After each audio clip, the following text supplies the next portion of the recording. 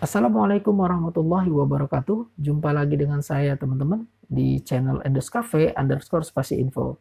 Nah, kali ini kita akan membahas tentang penyakit usus buntu.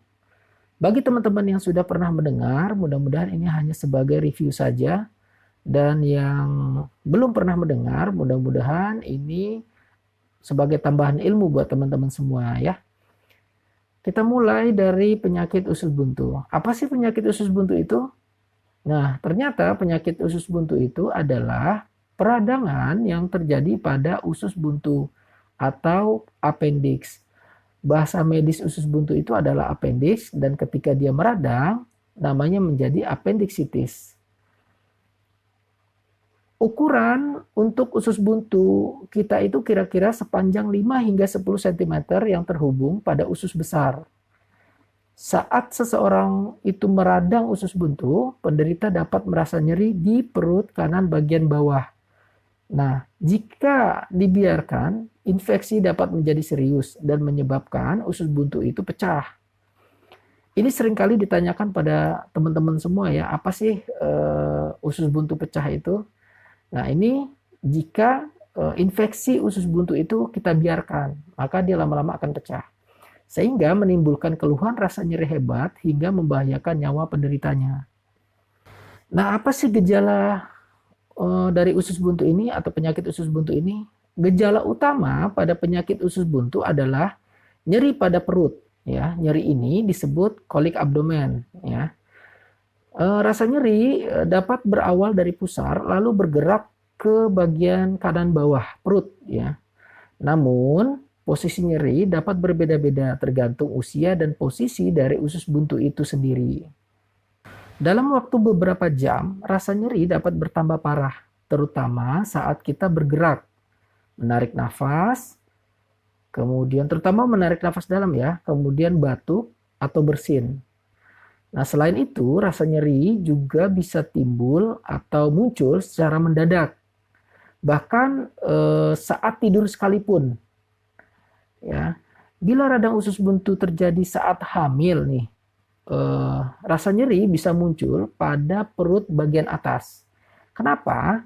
Karena posisi usus buntu menjadi lebih tinggi saat hamil. Karena rahim itu membesar sehingga mendesak usus buntunya agak lebih tinggi. Begitu ya teman-teman. Untuk gejala nyeri perut tersebut dapat disertai gejala lain. Di antaranya, yang pertama adalah kehilangan nafsu makan, yang kedua adalah perut kembung, yang ketiga tidak bisa buang gas, yang keempat tentunya mual, yang kelima konstipasi atau bisa juga diare, ya. Yang keenam demam. Karena dia infeksi, maka bisa terjadi demam. Konsultasikan kepada dokter apabila mengalami nyeri perut yang perlahan-lahan makin parah dan meluas ke seluruh daerah perut. Ya. Karena kondisi tersebut dapat menjadi tanda usus buntu telah pecah dan mengakibatkan infeksi rongga perut atau yang biasa disebut dalam bahasa medis adalah peritonitis. Nah, apa sih penyebab penyakit usus buntu? Penyakit usus buntu terjadi karena rongga usus buntu mengalami infeksi.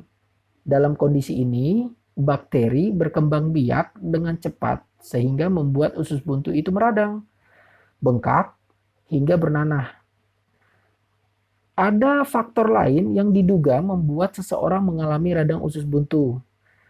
Di antaranya adalah penebalan atau pembengkakan jaringan dinding usus buntu karena infeksi di saluran pencernaan atau di bagian tubuh lainnya.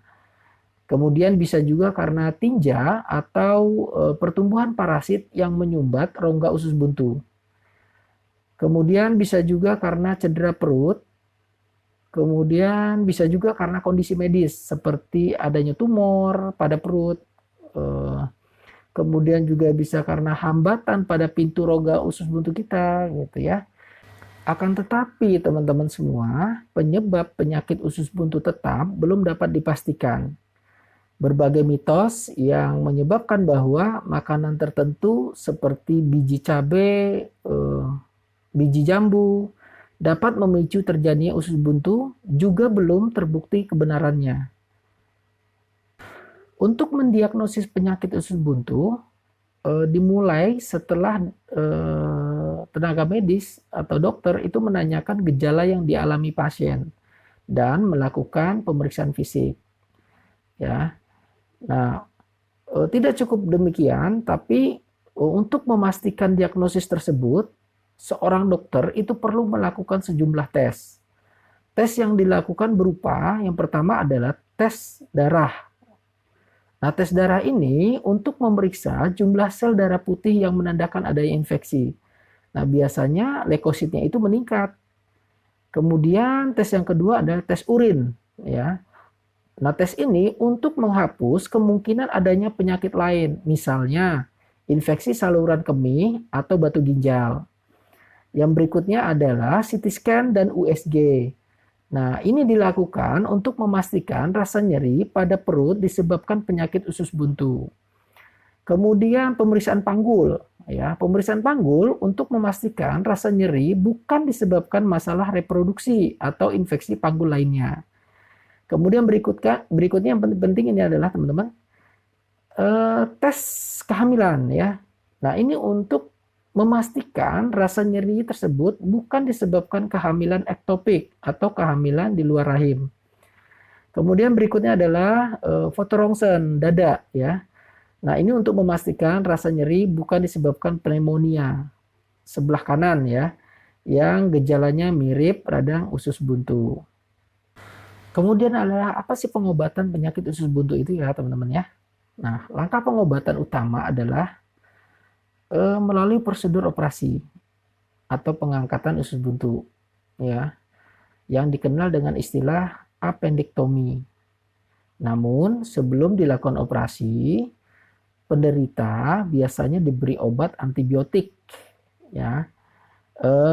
Ini untuk mencegah terjadinya infeksi, terutama pada usus buntu yang belum pecah, namun sudah terbentuk abses.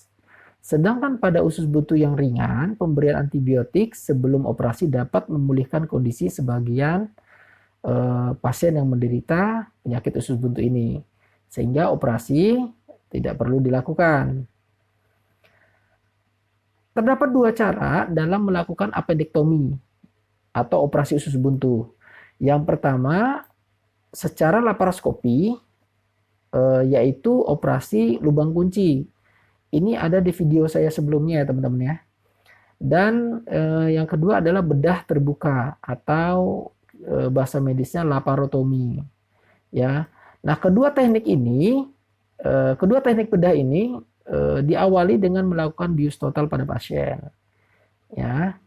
Nah, operasi usus buntu dengan laparoskopi dilakukan dengan membuat beberapa sayatan kecil seperti lubang kunci pada perut untuk memasukkan alat bedah, khususnya yang dilengkapi kamera. Nah, ini ada di video saya sebelumnya, ya teman-teman, ya. Kemudian komplikasi pada penyakit usus buntu. Penyakit usus buntu yang tidak diobati itu berisiko menimbulkan komplikasi yang membahayakan. Komplikasi tersebut antara lain yang pertama adalah abses, ya, atau terbentuknya kantong berisi nanah. Komplikasi ini muncul sebagai usaha alami tubuh kita untuk mengatasi infeksi pada usus buntu. Penanganannya dilakukan dengan penyedotan nanah tentunya dari abses atau dengan antibiotik. Jika ditemukan dalam operasi, abses dan bagian di sekitarnya akan dibersihkan dengan hati-hati tentunya, ya teman-teman, ya. Kemudian adalah peritonitis. Yang kedua, selain abses bisa menyebabkan peritonitis. Nah, peritonitis ini adalah infeksi pada lapisan dalam perut atau peritoneum, ya. Peritonitis terjadi saat usus buntu pecah dan infeksi menyebar hingga ke seluruh rongga perut. Penanganan kasus ini dilakukan dengan pemberian antibiotik dan tindakan bedah terbuka secepatnya untuk mengangkat usus buntu dan membersihkan rongga perut. Nah, peritonitis ini ditandai dengan nyeri ya di seluruh perut yang hebat tentunya. Dan nyeri ini terus-menerus. Bahkan ada demam serta detak jantung yang cepat. Nah, memang untuk penyakit usus buntu itu perlu segera diatasi ya, agar tidak menimbulkan komplikasi ya teman-teman ya.